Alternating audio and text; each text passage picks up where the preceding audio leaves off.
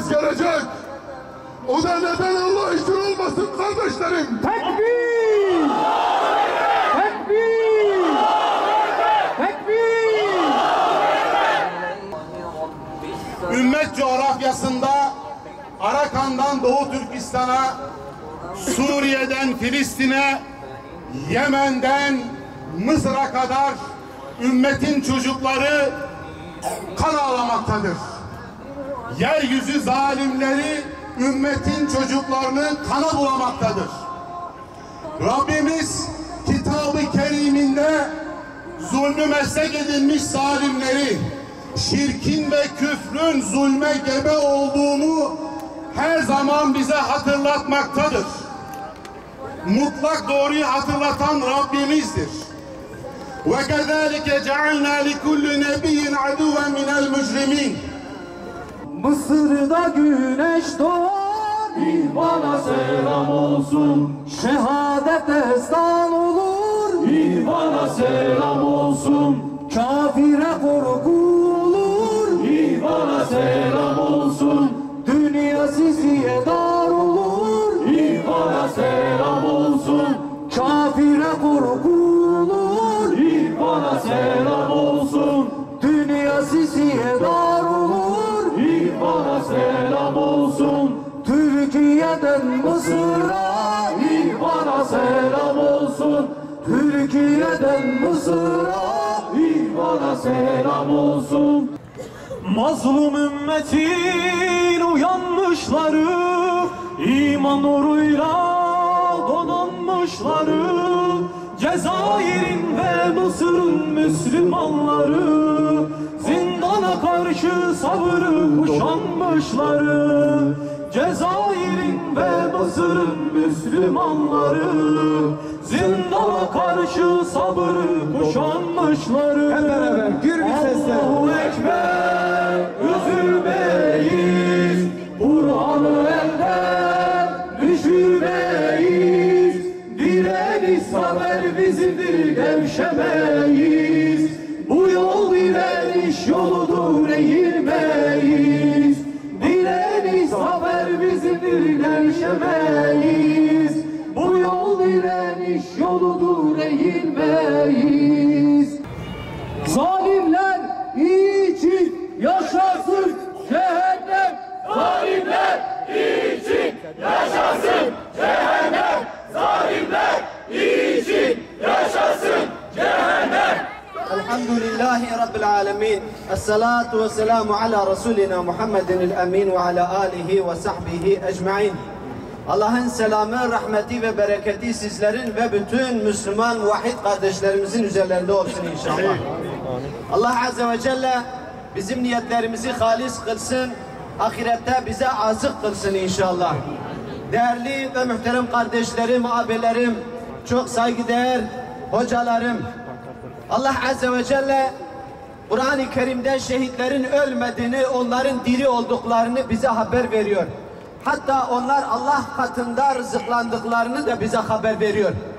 Lakin biz şehadetin ne olduğunu çok iyi bilir ve şehadete aşık olan kuşakları tarih boyunca yetiştirmişiz elhamdülillah.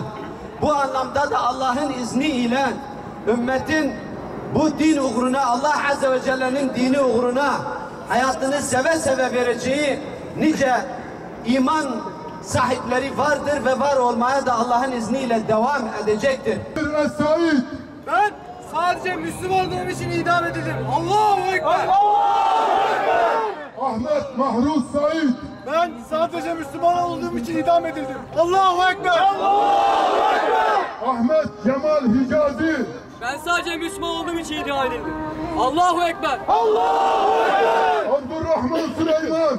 Ben sadece Müslüman olduğum için idam edildim. Allahu Ekber! Allahu Ekber! Ahmet El-Dicli. Ben sadece Müslüman olduğum için idam edildim. Allahu Ekber! Allahu Ekber! Ahmet Taha Vehdan. Ben sadece Müslüman olduğum için idam edildim. Allahu Ekber! Allahu Ekber! Ebu Kasım Ahmet Ali.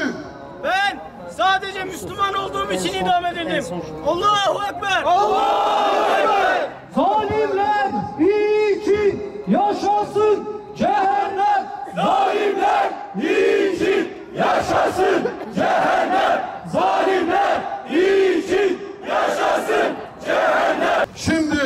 basın açıklamasını okumak üzere Özgür Der'den Fazlı İnder kardeşimi davet ediyorum.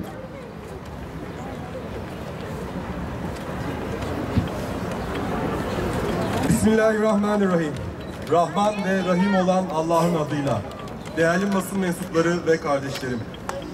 Bundan tam 8 yıl önce Mısır'da, başta başkent Kahire olmak üzere farklı kentlerde sokaklara dökülen binlerce kişi yeni bir dönemin fitilini ateşledi. Diktatör Hüsnü Mübarek yönetimi karşıtı gösteriler yaklaşık 2 hafta sürdü. Gösterilerin sonunda Mübarek'in devrilemez görülen 30 yıllık demir yumruklu iktidarı alaşağı oldu ve ülkede yeni bir dönem başladı. Daha sonra yapılan halk seçiminde Müslüman kardeşlerin Muhammed Mursi önderliğindeki Özgürlük ve Adalet Partisi iktidara geldi. Bununla İhvan-ı Müslümin'i mevcut laik seküler sisteme entegre edeceklerini sanan küresel cahiliyeye gereken cevabı kazandığı seçimin ardından Tahrir Meydanı'nda yaptığı zafer konuşmasında Muhammed Mursi şu sözlerle vermişti. Anayasamız Kur'an'dır, önderimiz Resulullah'tır, yolumuz cihattır. Allah yolunda ölmek en büyük gayemizdir. Hepsinin üstünde amacımız Allah'ın rızasıdır diyen Mursi, bu ilkelerden taviz vermeyeceğini daha ilk konuşmasında haykırmış oldu ve iktidarda kaldığı süre içinde de bu sözlerine sadık kaldı. Seyyid Kutup el-Benna selam olsun ihvana. Seyyid Kutup el-Benna selam olsun ihvana. Seyyid Kutup el-Benna selam olsun ihvana. Bu tavizsiz duruşun sonucunda İhvan'ın sadece Mısır'da değil, bütün Orta Doğu'da başarılı olacağını bilen küresel güçler, her zaman olduğu gibi yerel işbirlikçilerini devreye sokarak senaryosunun İsrail tarafından yazıldığı, yönetmenliğini Amerika Birleşik Devletleri'nin yaptığı, sponsorluğunu Suudi Amerika'nın üstlendiği ve katil Sisi'nin başrolde oynadığı 3 Temmuz darbesini gerçekleştirdiler. Daha sonra İhvan önderliğinde darbeye direnen Mısırlı Müslümanlar günlerce Rabiatül Adeviye ve Nahda meydanlarında darbe karşıtı gösteriler düzenlediler. Bu gösterilere karşı katil Sisi'nin saldırıları gün geçtikçe artarak devam etti ve 14 Ağustos 2013'e gelindiğinde Rabiatül Adeviye meydanındaki göstericileri hedef gözetmeksizin kurşun yağmuruna tuttular. Esma Biltaci gibi 1000'e yakın Müslüman katledildi ve 2000'den fazla Müslüman da yaralandı. Katil Sisi hesap ver.